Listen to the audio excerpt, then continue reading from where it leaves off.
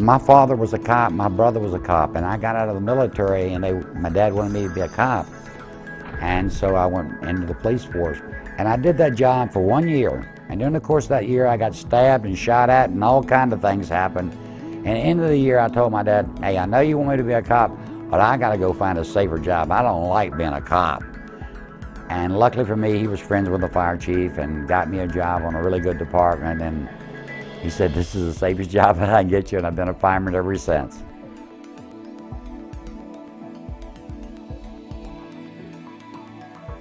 I was really new out here and got to go out to fire training area, and they said 3 astronauts were going to show up, and I didn't know who they were. And I was going to assist in their training because they used to use live fire training for the astronauts. So I was supposed to be out there, my fire clothing is their backup or protection, if you will. And I went to the fire training area, and 3 guys showed up, and they were in civilian clothes, and they got out and they did everything we asked them to do with the extinguishers and the hose and the mask and stuff, part of the training. And then they left, and I had no idea who they were. And 6 months later, they stepped on the moon. It was the Apollo 11 crew.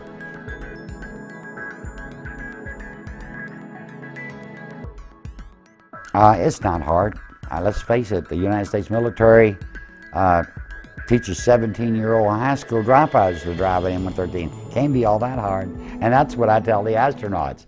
And that gives them a little more incentive to do it right? And I tell them, I said, you know, the shuttle cockpit's got over 2,000 switches. This one's only got 2, on and off. I mean, it's easy as it can be. If you can drive a tractor and plow a field, you can drive an M113.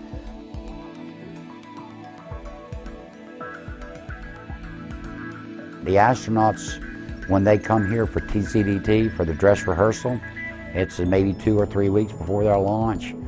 Some of them have spent 2 or 3 years getting ready for that launch, and so they're very close.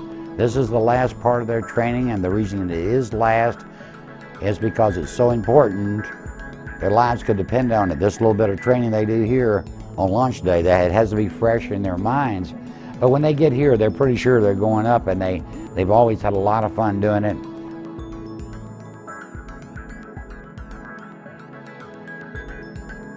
They said, you know, is there a pass-fail to this driving test? And I said, yeah, if you hurt the old guy, you're going to fail the test. That's the bottom line. Don't hurt the old guy.